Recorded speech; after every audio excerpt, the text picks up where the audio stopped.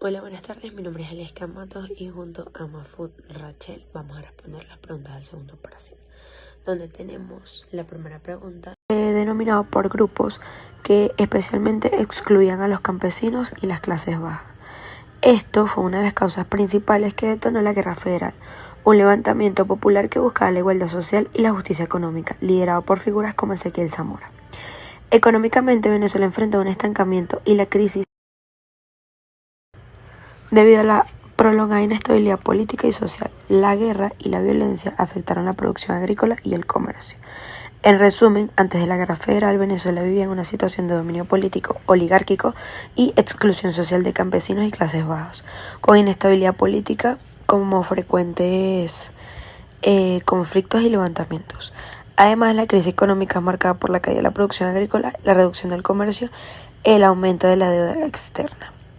Un esfuerzo liberal inicial por modernizar el Estado y la sociedad, pero sin resolver las profundas desigualdades y tensiones sociales que desencadenó la guerra. Seguidamente había una diferencia entre los conservadores y los liberales. Dentro del conservadurismo hubo divisiones entre los constitucionalistas que apoyaban un gobierno civilista y legalista y los dictatoriales que respaldaban a caudillos como José Antonio Páez para restaurar el orden mediante la fuerza. Mientras que los liberales o federalistas se oponían al centralismo conservador y defendían el federalismo, es decir, la autonomía de las provincias para autogobernarse. Además, tenían una fuerte reivindicación social, una fracción liderada por Ezequiel Zamora que defendía la igualdad social, la libertad de tierras y la defensa de campesinos y jornaleros frente al latifundio y la oligarquía. Otra fracción liberal estaba más interesada en conservar cuotas de poder político y económicamente dentro del país. La disputa entre un conservadurismo centralista y oligárquico era que controlaba el poder y la economía. Es entonces cuando decimos que la Guerra Federal, aunque devastadora, aceleró cambios estructurales, pero también a la destrucción y paralización de la actividad agropecuaria en los llanos, obligaron a repasar la producción y la información y la organización económica. A su vez, interrumpió las rutas comerciales y redujo drásticamente las exportaciones, que eran fundamentales para la economía venezolana. La inseguridad y el caos provocaron una caída en los ingresos y de las exportaciones, mientras que los precios internacionales de los productos venezolanos también bajaban. Como resultado, el país se volvió deficitario y tuvo que recurrir a préstamos externos, lo que incrementó la deuda pública a niveles muy altos, casi a 150 millones de pesos. La destrucción de las infraestructuras, la disminución de producción agrícola y la interrupción del comercio sumieron a Venezuela en una crisis económica profunda. Además, el gasto público se disparó para financiar la guerra, empeorando la situación financiera del Estado. La población sufrió un desplazamiento masivo de hambre y enfermedades, que conjunto a la crisis económica dejaron secuelas duraderas en el desarrollo de un país. Como punto de inflexión en la economía venezolana, y hasta entonces tenía un carácter mercantilista y regional, para comenzar una transición hacia una economía más orientada a la producción, destinada al mercado mundial. Antes de la guerra, la economía estaba basada en un sistema mercantilista heredado en la época colonial, centrado en la producción agrícola y ganadera para el consumo interno y el comercio regional, con un fuerte control oligárquico y un Estado centralista que limitaba la autonomía económica de las provincias. La estructura productiva era rudimentaria y dependía de la mano de obra de esclavos y semiesclavos, con poca integración de mercados internacionales. La Guerra Federal, aunque fue devastadora, aceleró cambios estructurales y, como a su vez, la destrucción y paralización de la actividad agropecuaria. A su vez, evidenció la necesidad de superar el modelo mercantilista y centralista para adoptar una economía más abierta y orientada hacia el mercado global, con producción destinada a la exportación y a la inserción en cadenas comerciales internacionales.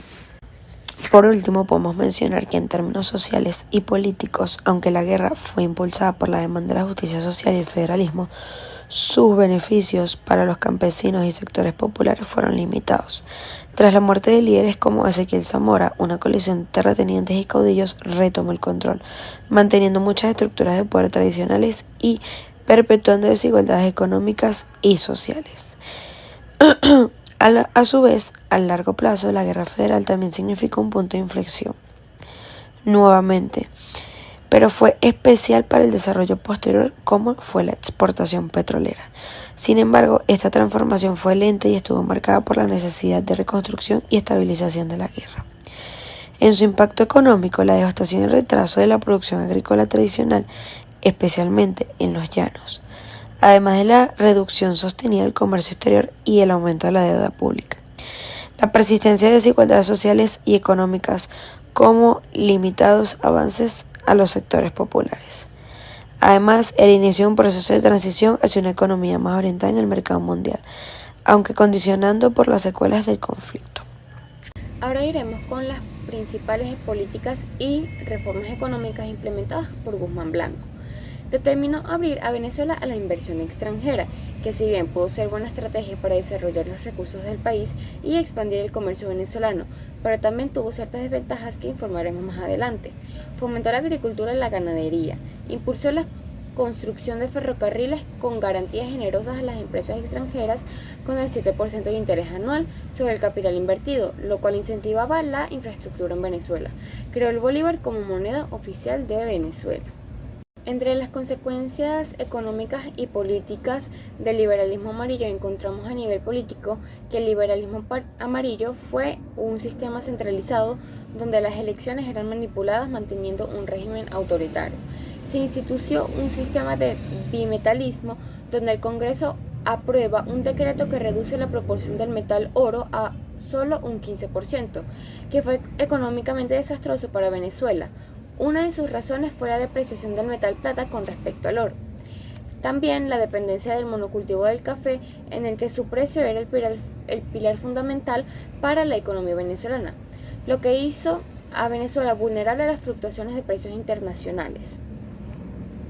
Entre las estrategias y tácticas utilizadas por Guzmán Blanco para consolidar su poder, encontramos que Guzmán Blanco, conocido como el Ilustre Americano, concentró su poder en Caracas, desarrollando la infraestructura y la educación en el país, e imponiendo la centralización del poder al ser un gobernante corrupto, donde reducir el ejército nacional y el gasto del mismo, delegar el control territorial a los caudillos y ejercer fuerza ante adversarios que se le presenten, fueron algunas de sus estrategias para consolidar su poder.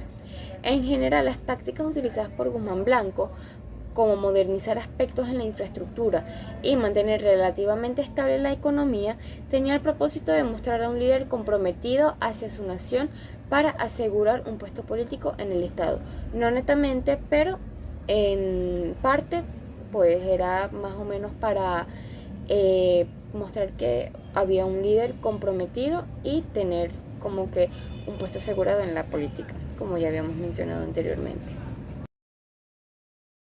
Entre las consecuencias políticas y económicas del gobierno de Guzmán Blanco, con algunas de las consecuencias políticas y económicas puedo destacar la centralización del poder de Guzmán Blanco, donde se destaca el autoritarismo, corrupción y la dependencia económica, como la apertura de la inversión extranjera, donde esta decisión tuvo consecuencias llevadas a cabo por concesiones exclusivas y monopolios en las empresas extranjeras, que generó distorsiones en el mercado interno y limitó la competencia a nivel local. Sobre el impacto a largo plazo del gobierno de Guzmán Blanco en la política y la economía de Venezuela, fue que impulsó el desarrollo de la educación y la infraestructura como la de ferrocarril Caracas-La Guaira. Decretó el matrimonio civil, regresó la paz por un tiempo después de décadas de guerra, la reactivación agrícola que generó producción y comercialización de los productos agrícolas, especialmente del café, pero esto hizo que el país dependiera de las variantes del precio del café en el mercado internacional, sin tener diversificación en la economía, dejando desafíos que afrontar a largo plazo.